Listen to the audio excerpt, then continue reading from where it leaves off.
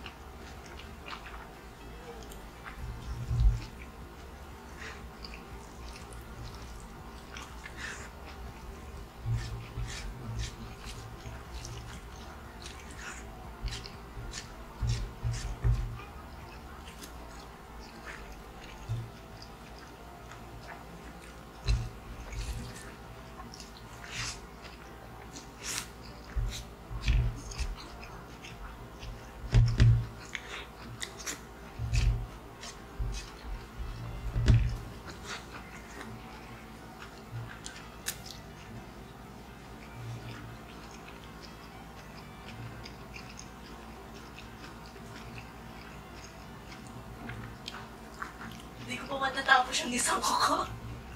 Tapos ka na. Excuse me po. Kaya nga kinuha ko sa kwento kanina. Naglilinis ko kasi mga kuko dito. Pero legit po yun, itatry ko po yung sarili ko na kumain para ma-inspire din po yung iba na mga kagaya ko na may nagko-comment kasi di daw din po nila kaya kumain ng konti. Kaya yan, try po natin. Pero nakain na po ako kanina, mani. Yun po lagi yung snacks before and after mukbang, mani or peanut butter na homemade, na walang sugar po. Inom lang po tayo.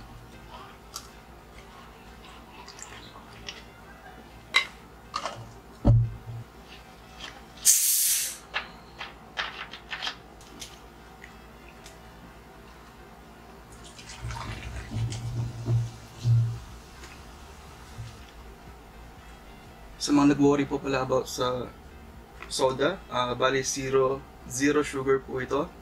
Wala na po akong ibang, gaya ng sabi ko, wala na po ibang kinakain na preservatives. Kumbaga ito na lang po yung pinaka-caffeine na pumapasok sa katawan ko. Nagkakape po ako ngayon, decaf. Share lang.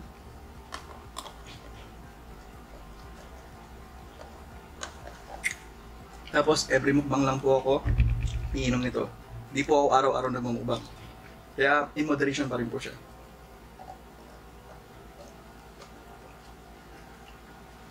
Magiging masama lang po ito kapag hindi nyo kayang pigilan yung sarili nyo. Ayun po.